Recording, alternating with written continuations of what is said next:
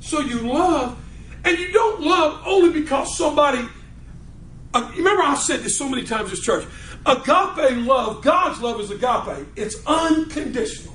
That's right. I don't care if Brother Jerry makes me mad or not. I love Brother Jerry. Why? It's unconditional. I love Brother Miller. He makes me mad. I love him anyhow. My wife makes me mad. I love her anyhow. Why? It is an unconditional God love that God has put in you and I. Amen. You don't get mad at people and upset and things like that when you have agape love. Agape love. It's an everlasting love. It's unconditional. That's why there's so many divorces, because the love is based on conditions. Amen. You make me happy, I love you. You make me mad, I can't stand you. Amen. That's not love. Love goes past those curtains in our lives of disappointments. That's right.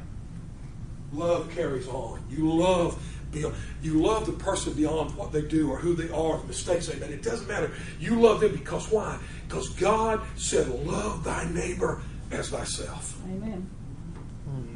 So he said, you've answered. You want to live? Do this, and you shall what? You shall live.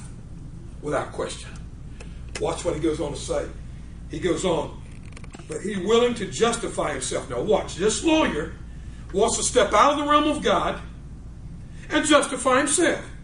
But he willing to justify himself, said unto Jesus, and who is my neighbor? Who is my neighbor? Who is my neighbor? Who is that? Is it the guy next door to me? Is it the guy that sits next to me in the pew at church? Is it the guy next to me on my job? Who is my neighbor? Thank you, Miss Tina.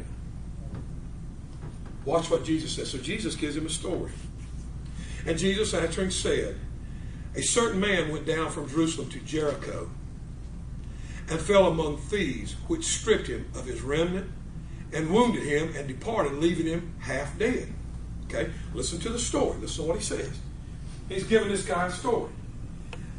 And by chance, there came down a certain priest. Now the priest was a Pharisee, and he was a religious man in the church, in the synagogue at that time. He said, here comes a priest. Now watch this. He said, and a certain man came down from Jericho and fell among thieves, and by chance there came a certain priest. All right, here comes the priest. Supposed to be the man of God.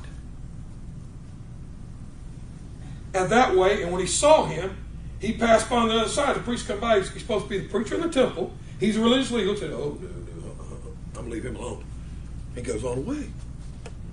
He had nothing to do with the man. Now, apparently he didn't know what God was saying in the Ten Commandments. And likewise a Levite. A Levite is another type of minister of the congregation. He comes by. And the Levite comes by, and look what it says. And when he was at the place, came and looked on him, and passed by on the other side. All right, the priest came by on one side, looked down. Oh, no.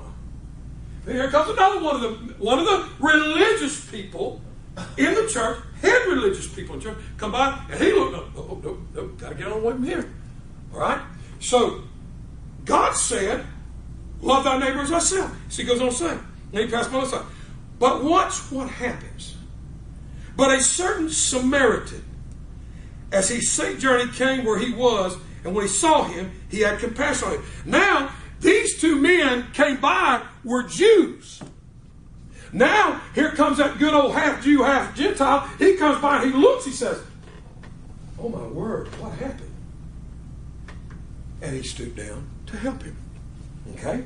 To help him. Now watch what God says. Jesus says, he says, and had compassion on him, and went to him, and bound up his wounds, pouring oil and wine. Now, oil and wine during biblical times was very costly. It was high dollar stuff. It probably is today. I don't know, because I don't buy wine. But they say a good bottle of wine, it costs upwards of several thousands of dollars, even today, I think, if I'm not mistaken. But it was very costly, and he took that wine and he poured on his cuts and helped him, and set him on his own beast, and brought him to an inn, and took care of him. And on the morrow, when he departed, he took out 2 pence. This is 2 days' wages. At that time, he now took his oil and his wine while he was on the trail, and he took him and he doctored him up. He put him on his beast, amen, put him in his Mercedes-Benz, and he carried him to the end. And then he waited on him that whole day, and the next day he took 2 days' pay. Watch what he did. And as he took that 2 days' pay, it was 2 pence, and gave them to the host, and said to him, take care of him, and whatsoever thou spendest more than what I've already gave you, when I come again, I will pay thee. Which now of these 3 thinkest thou was neighbor unto him that fell among the thieves? Which one was the neighbor, y'all? Samaritan.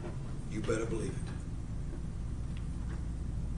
it. And he said, he that showeth mercy on him. Then said Jesus unto him, go and do likewise. Go and do the same. Jesus said, when you see somebody in need and you don't have compassion on that person, and you close up your bowels of compassion, he said you have done nothing any good, because that is your neighbor. This man gave 2 days' wages and his expensive wines and oils of that time to bind up his wound. And then he said, what more you spend, I will pay you when I come back through. When we as Christians close up our bowels of mercy and grace and compassion, what God says to do, we have done absolutely nothing. That's not the heart of God. The heart of God says, go and do likewise. When I started this ministry back in 1994, let me tell you what I prayed to God. Now, it's been so long, I can tell you. My wife will tell you, I said, Lord, send me everybody the church doesn't want. Send me the drunk, the drug addict, the prostitute, the blind, the lame, the halt. Send me all those that the church does not want. Send them to me, God. I want them. Amen. Amen.